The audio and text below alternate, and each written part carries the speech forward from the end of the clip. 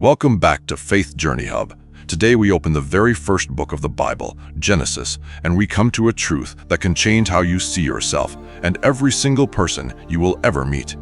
But before we begin, understand what Genesis is. It is not a science paper. It is a 3,000-year-old Hebrew text written to answer the biggest questions of the human heart. Who is behind all this, and why are we here? It begins in chaos. The Hebrew calls it tohu vavohu, formless and empty, wild and waste. And into that darkness, the Creator God speaks. He takes the chaos and he brings order. He takes the emptiness and he fills it with beauty. This is the God we are dealing with. A God who does not leave things wild and broken, but who brings order and light and life. So do not come to Genesis expecting a physics textbook. It was never trying to answer how fast the universe expanded or the exact age of a rock. It is answering the questions that keep you awake at night. Is anyone there? Does my life mean anything? Am I an accident or am I loved? And on those questions, Genesis speaks with breathtaking clarity. And look how carefully it is written. 6 days of creation, and they form 3 matching pairs. On day 1, light and dark, the realm of time. On day 2, the sky and the sea. On day 3, the land and the plants. 3 empty realms waiting to be filled. Then he fills them. On day 4, the sun, the moon, and the stars to govern the day and the night, filling the realm of time. On day 5, the birds for the sky and the fish for the sea. And on day 6, the living creatures for the land. Every empty realm now teeming with life. And each time, God looks and says, "This is good." And out of this creation story, I want you to carry home 2 truths. The first is your value, that you and every person alive has immense inherent worth because of this story. And the second is your vocation, your calling, your job, given to you from the very first page of the Bible. Value and vocation. Hold on to both. But the story is building to something.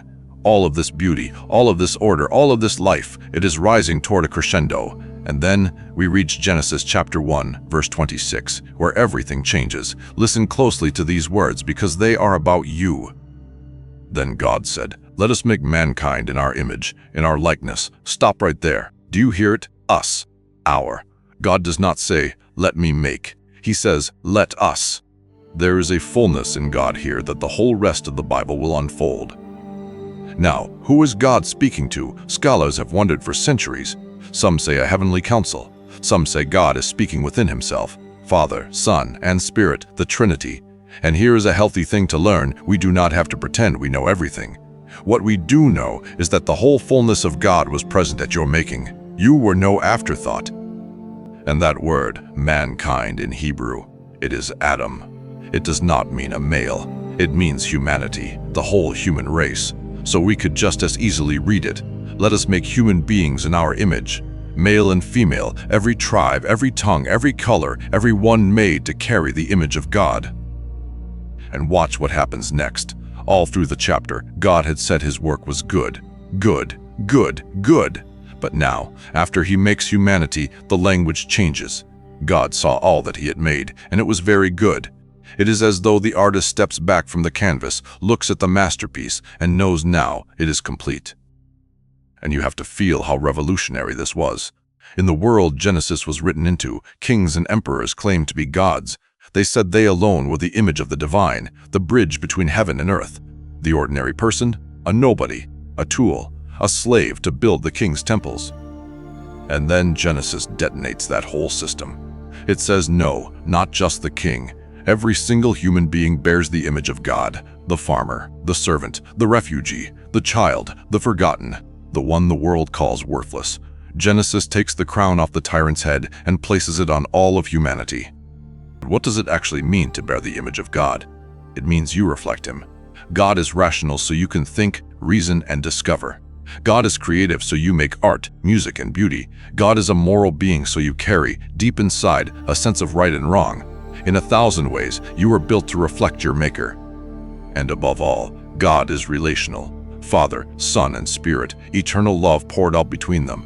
And so you were made for relationship. You were never meant to do life alone. The ache you feel for connection, for love, for someone to truly know you, that is not weakness. That is the image of a relational God stamped into your very design. And notice how verse 27 says it. So God created mankind in his own image. In the image of God he created them. Male and female he created them. Man and woman together, equally, fully bearing the image of God. Not one above the other, both crowned, both carrying the fingerprint of heaven. Now Genesis chapter 2 gives us a second window onto the same reality. Chapter 1 showed us order rising out of the waters. Chapter 2 shows us a desert and a God who kneels down into the dust to make something precious. This is not a contradiction. It is two camera angles on the same glorious event. Then the Lord God formed a man from the dust of the ground and breathed into his nostrils the breath of life, and the man became a living being. Picture it. God does not shout humanity into being from a distance. He kneels, he gets his hands dirty, and he leans in close and breathes. Now hold that picture and let me show you something. This is a 10-pound note, a piece of paper, and yet I can walk into a shop and exchange it for a hot cup of coffee. Why? Why is this piece of paper worth anything at all? Because value has been assigned to it. Look closely at the note and you will find these words. I promise to pay the bearer on demand the sum of 10 pounds, signed by the chief cashier of the Bank of England. That signature is a guarantee. Without it, this note is just a scrap of paper. Its worth does not come from the paper. It comes from the one who stands behind it. And here's the truth that can heal you. Just like that note, your value was assigned to you, not by your job, not by your looks, not by your followers or your bank balance or your past. Your value was assigned by God himself, the creator of everything, who alone has the authority to declare what you are worth. And listen, you can take that 10-pound note and crease it, crumple it, drag it through the mud. Is it worth any less? Not one penny. Its value cannot be crumpled out of it. And that, beloved, is you. However creased and crumpled your life may feel, whatever has been done to you, whatever you have done, your value cannot be taken away. It was assigned by God, and it holds. Think of what you are. The same breath that brought order out of chaos, that lit the sun and hung the stars, that filled the sky with birds and the sea with life, that same breath is the breath God breathed into you. You are a mix of ground and glory, dust and divinity, earth in one hand and the very breath of God in the other. So let me ask you honestly, do you realize how precious you are to God? That you carry profound worth, honor, and dignity? This is not something you earned. You did not achieve it. It is inherent, woven into you the moment God breathed his life into your lungs. You have never, for 1 second, been worthless. And think about this. That very first breath you ever took, you did nothing to deserve it. You did not earn your existence. You did not qualify for your own life. It was given to you freely, as a gift, by a God who wanted you to exist. Your whole life is grace from the very first breath, and grace is how it is meant to continue. Now compare that to the other story the world tells you. In a world without God, you have to earn your value. You have to prove yourself, perform, compete, and hope somebody decides you are worth something. Your worth becomes a matter of opinion, and opinions change. But if we are just a lucky cluster of atoms, tell me honestly, where would real value even come from? It is like that 10-pound note with no bank behind it, no guarantee, no authority, just paper. The Christian mathematician John Lennox of Oxford says it beautifully. Human beings, he says, are not cosmic accidents. Genesis presents humanity as uniquely bearing the image of God, and that gives human life extraordinary dignity and significance. The psalmist looked up at the night sky, at the vastness of it, and asked, "What is mankind that you are mindful of us?" And here is God's stunning answer. You have crowned them with glory and honor, not the kings only. You, crowned. That is heaven's verdict over your life. And do you see why this matters so much today? We live in the middle of an identity crisis. People are scrolling, comparing, performing, exhausting themselves, trying to prove they are enough.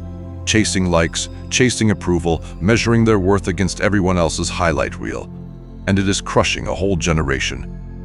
But Genesis cuts straight through all of it. You do not have to earn what God has already given you. You can stop performing. You can stop trying to prove you matter. Because the verdict is already in, and it was spoken before you did a single thing. Very good, precious, treasured, made in the image of the living God. And here is the freedom in it. Just as the crumpling cannot lower the value of the note, nothing you achieve can erase it. You cannot make God love you more by performing. You cannot make him love you less by failing. Your worth is fixed, settled, guaranteed by the one who made you. You can finally stop striving and simply receive it. And this truth has changed the world. Because if every human bears the image of God, then every human life has infinite worth. The unborn child, the elderly, the disabled, the refugee, the prisoner, the one the world counts as useless. It was this truth that built the first hospitals, that fought to end slavery, that still stands up for the vulnerable when the world would throw them away. And hear this clearly. If every person carries the image of God, then there is no room, none for looking down on anyone, no race above another, no people beneath you. The person who is nothing like you, who believes differently, who has hurt you, they carry the same image you do. To despise them is to insult the God who made them. And maybe today you do not feel valuable. Maybe life has told you again and again that you do not matter. But hear the God of the universe say over you, "To me, you are precious, you are treasured." No matter your story, no matter the choices you have made, no matter what has been done to you, to God, you are immensely, unshakably valuable. And hear this, wherever you are right now, in the hospital bed, in the prison cell, in the depression you cannot climb out of, in the shame you have never told a soul, the image of God in you has not been erased. It may be buried, it may feel dead, but it is still there, and the God whose image it is bending down into the dust to breathe on you once more. Now let that truth land and ask what it would do to us. What would our lives look like if we truly believe we each carry inherent value, and so does every single person we meet? The person who annoys you, the stranger you scroll past, the one society throws away.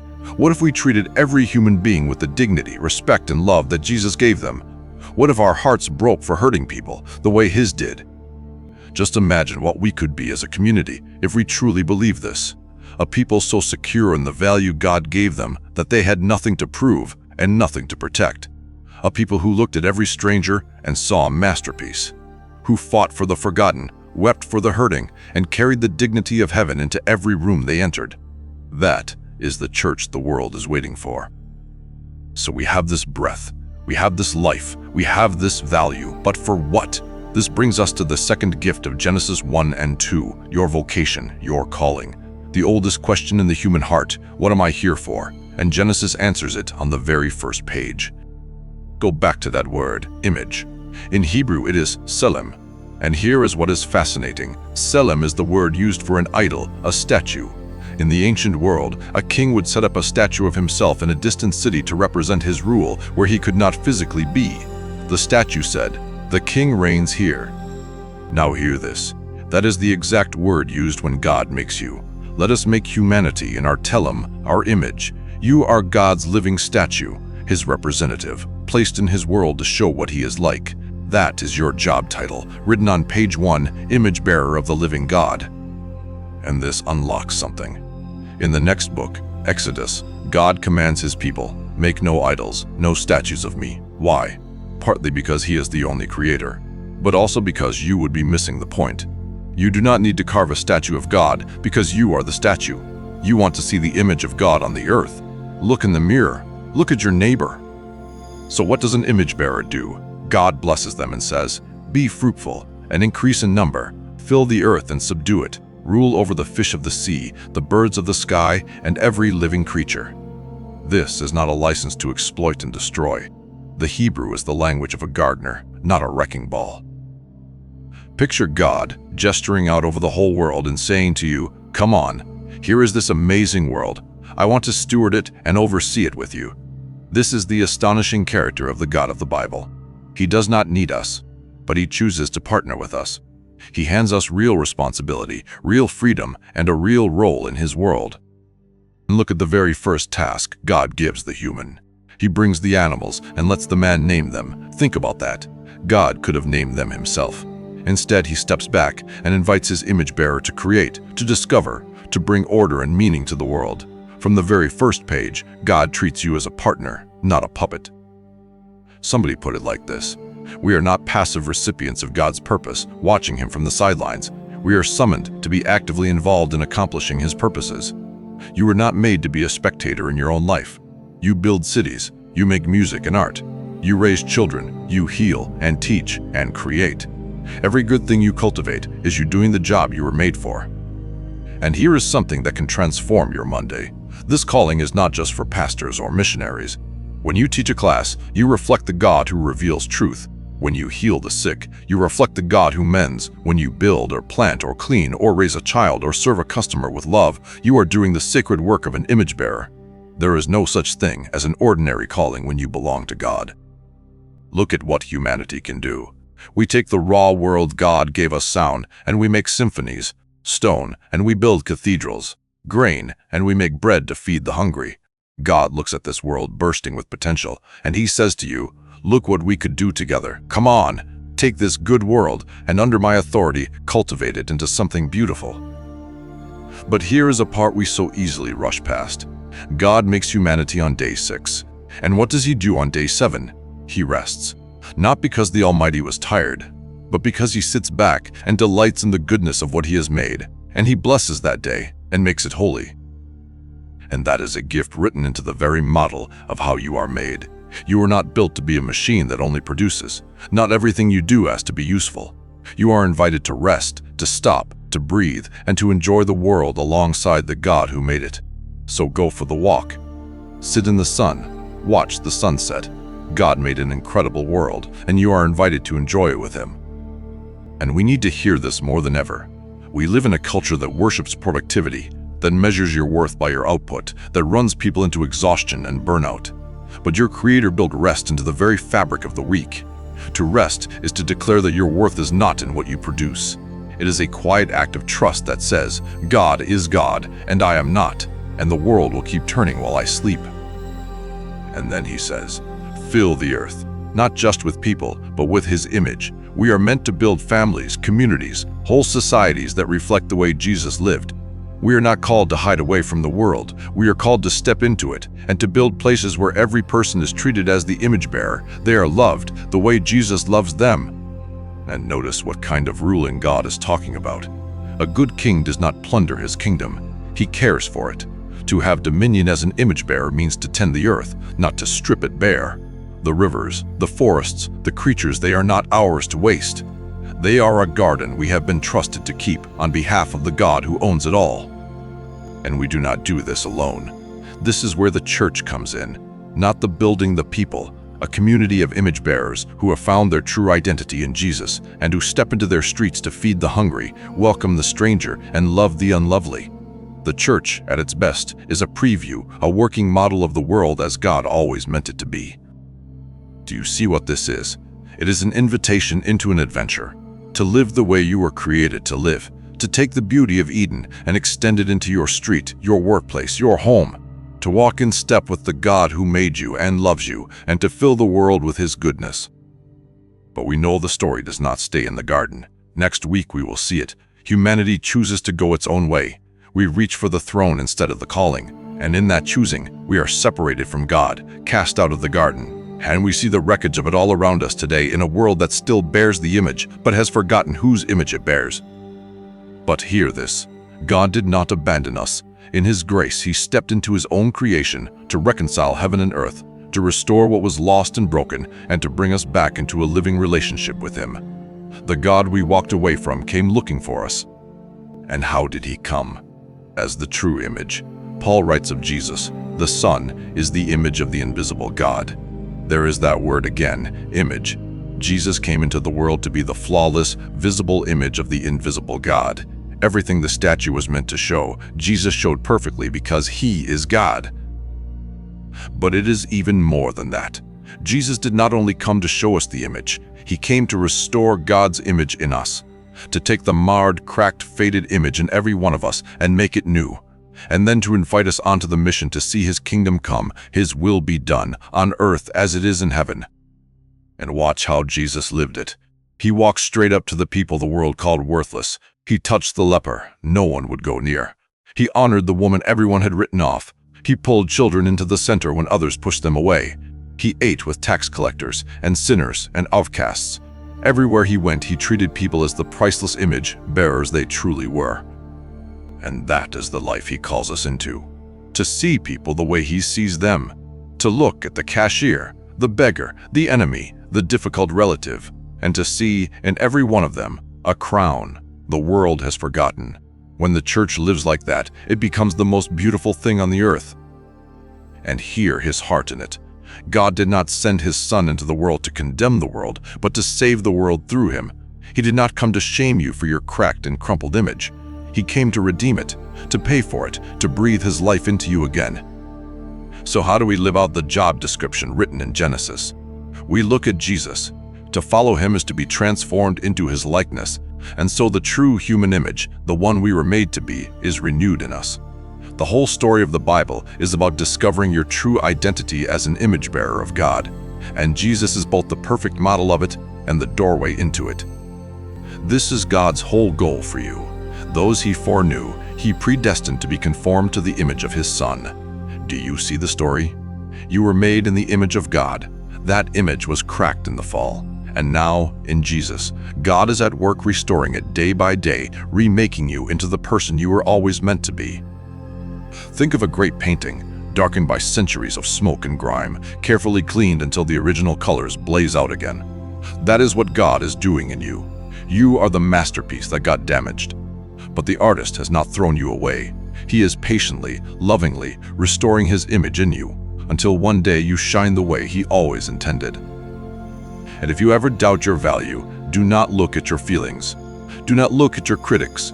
Look at the cross, because the price of a thing reveals its worth.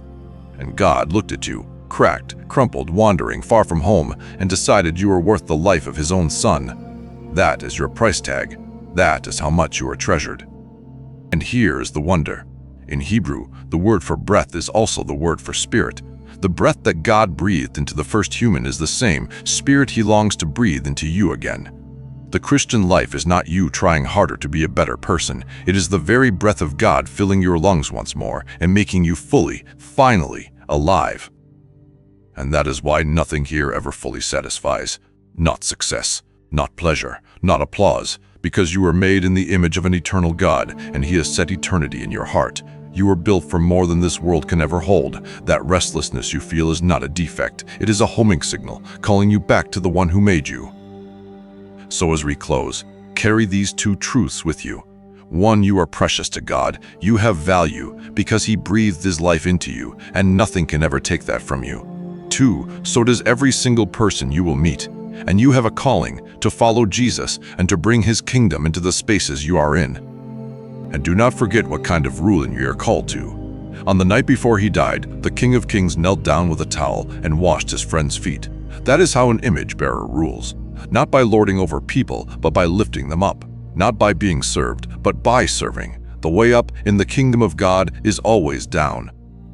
You have one life, one breath, on loan from God.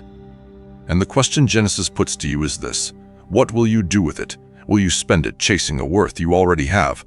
Or will you receive the value God has given you? Step into the calling he has placed on you, and spend your one life reflecting his image into a world that has forgotten how loved it is. And when this truly lands, that the God who flung the stars into space knelt down to breathe his life into you and calls you his own, there is only one right response: worship.